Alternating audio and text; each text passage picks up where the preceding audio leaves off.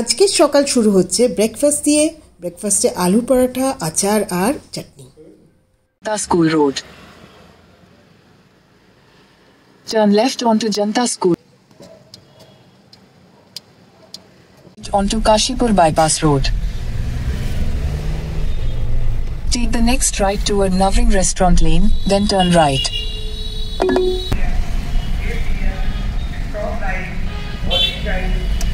আজ আমরা রুদ্রপুরের হোটেল থেকে এবার চেক আউট করে এগিয়ে যাচ্ছি দেরাদুনে যাব। মোটামুটি 5-6 ঘন্টা মতো সময়, 6.5 ঘন্টা মতো সময় লাগবে। আর সকালবেলা উঠেই স্নান ব্রেকফাস্ট সব সেরে এখন বেরিয়ে পড়লাম আমরা, যাতে বিকেলের আগে আমরা ওখানে পৌঁছে যেতে পারি। গুড মর্নিং এভরিওয়ান, সবাই কেমন আছেন? সবাই ভালো আছেন। আমরা আজকে বেরিয়ে পড়েছি রুদ্রপুর থেকে। আমরা এখন যাচ্ছি কিলোমিটার ডিস্টেন্সে মালদেবদা বলে একটা হিলস, একটা ছোট একটা হিল স্পট আছে with a river and all. সেইখানটা আমরা আজকে ভাবছি যে সেখানে গিয়ে রাত্রিরে থাকবো, and probably if not camping at least কারের মধ্যেই আমরা শেষ করার চেষ্টা করবো রাত্রি। আর আজকে হচ্ছে 31 তারিখ, আজ হচ্ছে সোমবার। তো দেখা যাক আমরা আজ কতটা পৌঁছতে পারি। আশা করি এবার সিনিক বিউটি আমরা পেয়েই যাব। দুদিন ধরে তো শুধু রোড ট্রিপ আর হোটেল ছাড়া তো আর কিছু দেখাতেই পারিনি। তো আশা করছি আজকের ট্রিপটা একটু অন্যরকম হবে, মানে যেগুলো আমরা দেখতে চাই। এরপরে আমাদের থাকবে কার ক্যাম্পিং আর অনেক কিছু, রিভার সাইড, তারপরে মাউন্টেন ভিউ, সব কিছুই থাকবে। তার জন্য আমাদের সঙ্গে থাকুন। क्या नाम है? I forgot the name. Dehradun, Mussoorie जाएंगे। मुसौरी में भी 2-3 दिन रहेंगे, शायद 2 दिन एटलीस्ट रहेंगे। तो वहाँ से फिर निकलेंगे और गंगोत्री की तरफ और ऊपर। तो एक एक करके मैं तुझे फोटो, कैंपिंग की फोटो भेजिएगा जब आप पूरे गाड़ी का सेटअप करेंगे ना, एक बार फोटो भेजिएगा। I want to see it.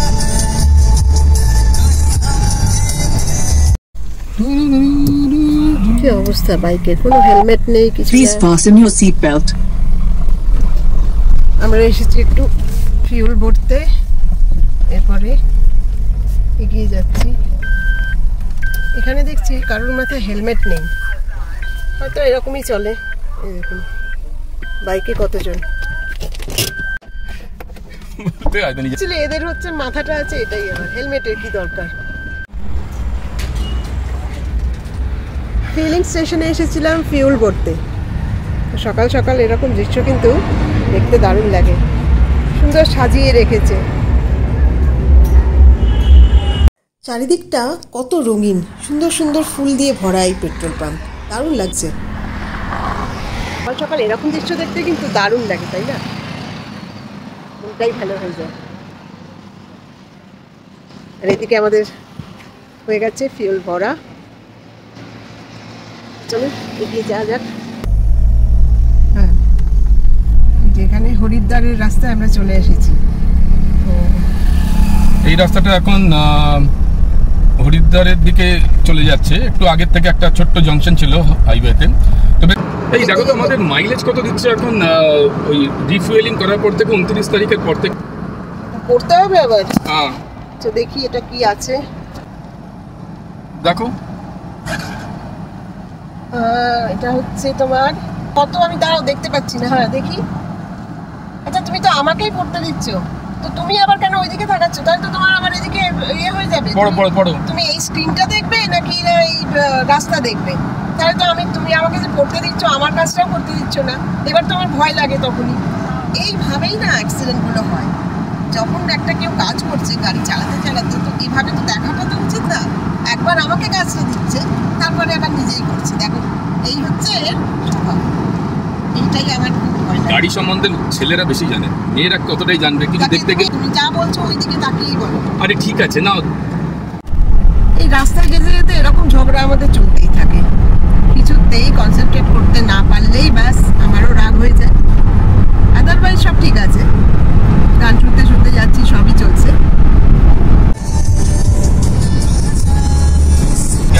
সামনে দেখছি।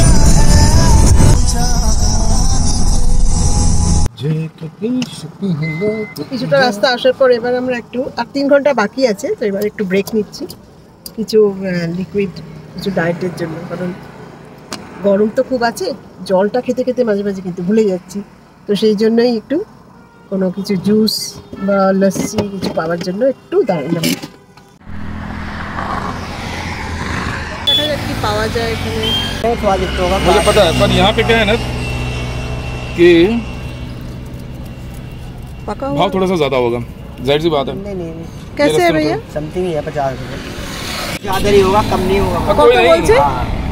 अब 50 रुपए ये कर रहे हैं तो ठीक है, ये बना के सलाद बना के देगा बना।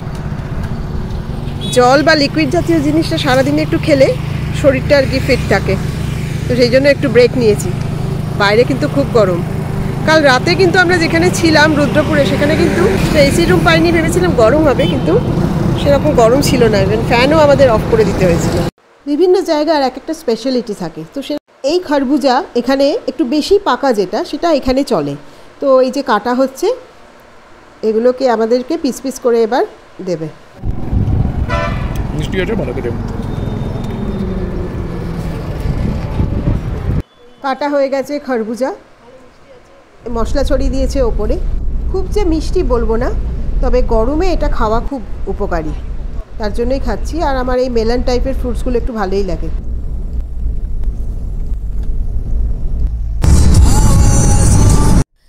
দেখছেন চারিদিকে পলাশের বাগান। এই রাস্তায় প্রচুর পলাশ গাছ দেখতে পাচ্ছি। রাস্তাটা যাচ্ছে, এর পাশ দিয়ে একটা নদী যাচ্ছে। এই নদীটা অনেক জায়গাতেই শুকিয়ে গেছে, মানে খুব ছোট নদী একটা, দেখা যাচ্ছে কিনা বুঝতে পারছি না। ভাবলাম গাড়ি দাঁড় করিয়ে একটু পলাশ ফুল তুলবো, কিন্তু চলে এসেছে। এই দেখো, দেখেছো কি অবস্থা। এখন আমি গাড়ির দরজা খুলতে পারবো না। এইখানে আছে পলাশ ফুল, এই সেই তুলবো ভাবলাম, কিন্তু এদের উপদ্রব, কিছুই করা যাবে না এখন। ওই দেখো, এবার আমি কি করে ছবি তুলবো, কি করে আমি গাড়ির বাইরে যাব। হয়ে গেল আমার ছবি তোলা। এই যে এখানে পলাশ গাছ, মানে শুধু পুরুলিয়া না, এখানে দেরাদুনের রাস্তাতেও পলাশ গাছ, ভর্তি পলাশ গাছ।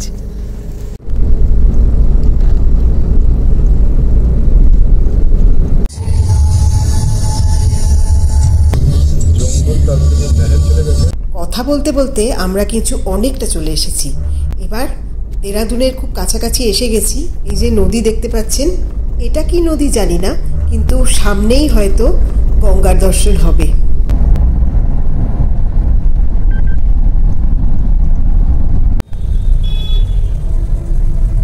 ঢুকছি আমরা দেরাদুনের রাস্তায়। পাহাড় শুরু হয়ে গেছে, পাহাড় শুরু হয়ে গেছে, পাহাড়ের উপরে সুন্দর মন্দির, রাস্তা। এসে গেছি আমরা সেইখানেই যার জন্য এতক্ষণ আমরা অপেক্ষা করছিলাম। হ্যাঁ, হরিদ্বারের মা গঙ্গা দর্শন। আমরা এখন যাচ্ছি হর কি পৌরির ঘাটের ওপর দিয়ে। খুব সুন্দর লাগছে কিন্তু দেখতে। আমাদের ডেস্টিনেশন যেহেতু অন্য দিকে, সেই জন্য এবারে এই ব্রিজের ওপর থেকেই হরিদ্বারের দর্শন হচ্ছে। দেখতে পাচ্ছেন আমরা গঙ্গার উপর দিয়ে যাচ্ছি। সামনেই আছে মন্দির আর মহাদেবের এক খুব সুন্দর মূর্তি। হর হর মহাদেব, হর হর গঙ্গে। হরিদ্বারে আমরা স্টে করছি না, আমরা হর হর গঙ্গে। সুন্দর লাগছে।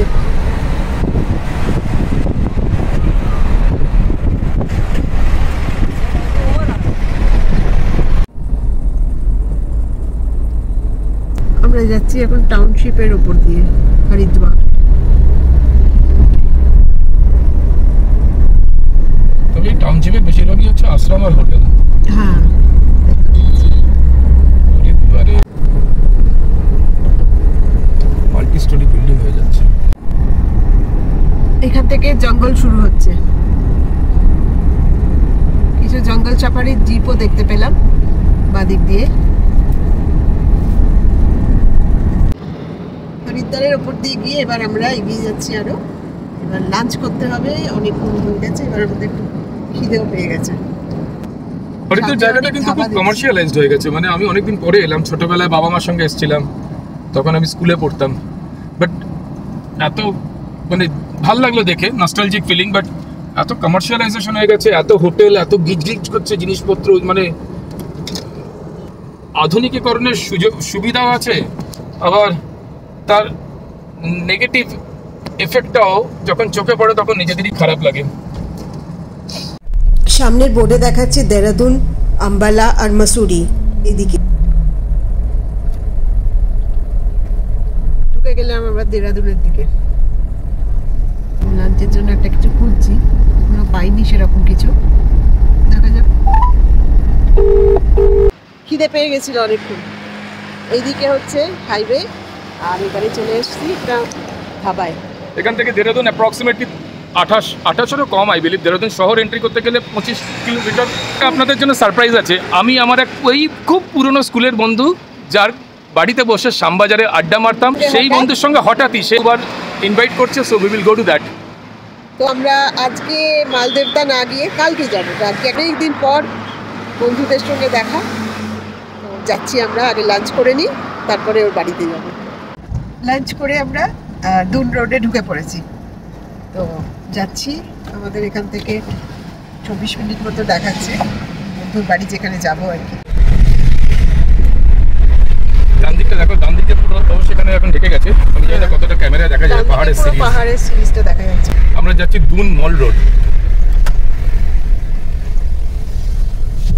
দেরাদুন শহরে আমরা ঢুকে পড়েছি, আর রাস্তায় কিন্তু খুব জ্যাম। ছোট জায়গা, এখানে কিন্তু যে যার মতো ট্রাফিকের মানে কোনো ঠিক নেই আর কি, সিগন্যালেরও কোনো ঠিক নেই, কেউ মানেও না। তো এইরকম জ্যাম কাটিয়েই আমাদের যেতে হবে। ডিস্টেন্স কম হলেও সময়টা লাগছে শুধু এই জ্যামের জন্য। গুগল বাবাজি কিন্তু প্রত্যেকবার আমাদের লোকেশনের খুব কাছাকাছি আসার পরে ভীষণ ঘুরিয়ে দিচ্ছে। এবারই এটা প্রথম দেখলাম, আগে কোনোদিন এভাবে ফেস করিনি। যখনই লোকেশন জাস্ট 5 মিনিট, তখন এর মধ্যে এরকম একটা প্রবলেম হয়ে যাচ্ছে, বুঝতে পারছি না কেন। যার যখন ইচ্ছে এদিক ওদিক দিয়ে বেরিয়ে যাচ্ছে। কারণ বাইকের হয়তো হঠাৎ ডান দিক থেকে বাঁ দিকে যেতে হবে, সামনে গাড়ি আসুক, ওরা কিন্তু নিজের মতো চলে যাচ্ছে। এই যে সামনে আমরা আবার ট্রাফিকে আটকে আছি। কিন্তু এবারে ম্যাপে খুব অসুবিধা করছে, মানে মাঝে মাঝে ইউটার্ন করে দিচ্ছে। কেন যে করছে এটা খুব একটা মানে নেভিগেশনের প্রবলেম হচ্ছে। বাট ট্রাফিক নিয়ম আরেকটু বেটার যদি এখানে মানা হয়, তাহলে হয়তো এখানকার ট্রাফিকটা আরেকটু বেটার হতে পারে। হ্যাঁ, কারণ সবাই দেখছি এদিক ওদিক দিয়ে চলে যাচ্ছে। হ্যাঁ, একটু ওটা মানতে পারতো। ট্রাফিক সিগন্যাল গুলো একটু মানা, কারণ ন্যারো রোড হচ্ছে, জ্যাম হয়ে যাচ্ছে। ছোট শহর, পুরনো শহর, ছোট শহর, রাস্তা চওড়া হওয়া মুশকিল। এক্ষেত্রে দুদিকে দোকানও, ট্রাফিক নিয়মগুলো একটু মেনে চললে ভালো হয়। যাই হোক, আদারওয়াইজ খুবই সুন্দর শহর, সব ভালো, একটু ট্রাফিক প্রবলেম। দেরাদুন মুসৌরি এখন আরো বেশি হয়েছে। দিল্লি এবং হরিয়ানা থেকে এত গাড়ি চলে আসে উইকেন্ডে বা যে কোনো ছুটির দিনে, যে ট্রাফিক ম্যানেজ করাটাও একটু মুশকিল হয়ে দাঁড়ায় এক্ষেত্রে। Same goes with Nainital. নৈনিতালে তো আরো বেশি দেখেছি। আচ্ছা, মানে ক্লক টাওয়ার, এটাই ক্লক টাওয়ার, এটা হচ্ছে ক্লক টাওয়ার। এটা হচ্ছে দেরাদুনের ক্লক টাওয়ার। রুট নিচ্ছে সেভাবে তুই এগোতে পার, ঠিক আছে? ও আচ্ছা, দেখি পাতলা হয়ে গেছে। এই হচ্ছে আমাদের বন্ধু আর বাড়ি। এসে গেছি আমরা কমপ্লেক্সের মধ্যে। এই বন্ধুর গাড়ি Take the যাচ্ছে, next left, then turn right. এখান থেকে আমরা যাচ্ছি আর কি। ভেতরটা খুব সুন্দর, দারুণ জায়গাটা। এই বন্ধুর বাড়ি যাবার আগে কমপ্লেক্সটা কিন্তু দারুণ। বিভিন্ন অনেক পুরনো বিল্ডিংসও আছে, দেখতে কিন্তু দারুণ লাগছে। সঙ্গে সুন্দর সাজানো গার্ডেন, খুবই আমরা অভিভূত হয়ে যাচ্ছি। মানে এটা আমাদের একটা এক্সট্রা পাওনা হয়ে গেল বেড়াতে এসে। বিল্ডিংগুলো একটু দেখাচ্ছি। ওয়াও, এখানে একটা ফাইটার জেট, ওয়াও, সাংঘাতিক ভালো লাগছে। এটা হচ্ছে বাস্কেটবল কোর্ট ওদের। যেদিকে যাচ্ছি আর কত মানে দেখার মতো, পুরো চোখ জুড়িয়ে যাচ্ছে। গ্রাউন্ড, বিশাল একটা গ্রাউন্ড, ফুটবল।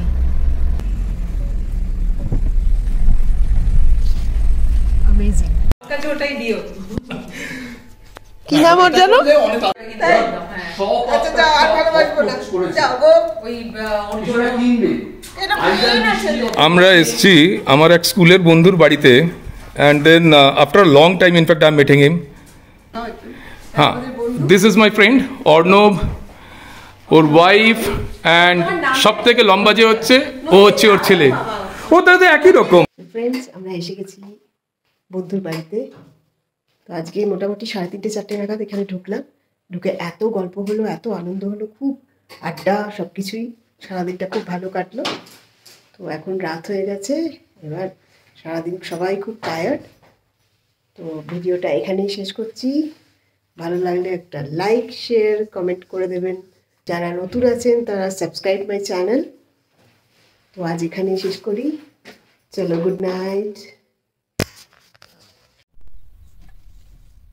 দেবতার দিকে রওনা দিচ্ছি।